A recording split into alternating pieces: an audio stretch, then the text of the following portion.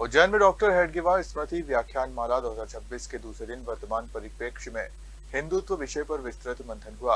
कार्यक्रम में वक्ताओं ने हिंदुत्व की वैश्विक दृष्टि, उसकी प्रासंगिकता और भारतीय चिंतन की व्यापकता पर अपने विचार रखे। डॉक्टर हेडगेवार जन्म शताब्दी स्मृति सेवान्यास के तत्वाधान में आयोजित 3 दिवसीय व्याख्यान मेला के दूसरे दिन लोकमान्य तिलक विद्यालय में आयोजन हुआ, जिसमें शहर के प्रबुद्धजन, सामाजिक कार्यकर्ता और बड़ी संख्या में नागरिक शामिल हुए।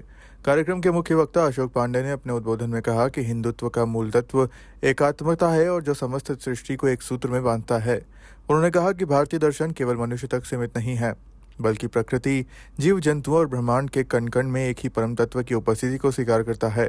सत्र की अध्यक्षता डॉक्टर सुधीर गवारीकर ने की। इस दौरान अतिथियों का स्वागत डॉक्टर सुरेश बैंडवाल और चरणजीत सिंह कालरा द्वारा किया गया, जबकि कार्यक्रम का संचालन गौरीलाल परमार ने किया।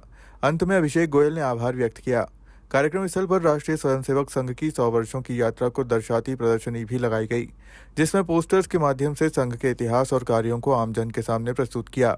ये व्याख्यान माला न केवल वैचारिक संवाद का मंच बनी, बल्कि वर्तमान समय में हिंदुत्व की प्रासंगिकता और उसकी वैश्विक दृष्टि को समझने का अवसर भी प्रदान किया। इसलिए विविधताओं का सम्मान हिंदुत्व चिंतन में होता है।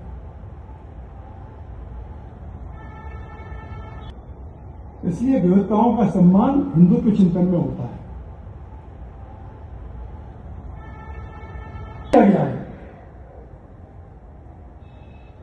इसीलिए हमने विविधता का सम्मान किया है। एकता की विविधता है। इसलिए जिसकी विशिष्टता, विविधता, पृथकता नहीं है, वो विरोध नहीं है।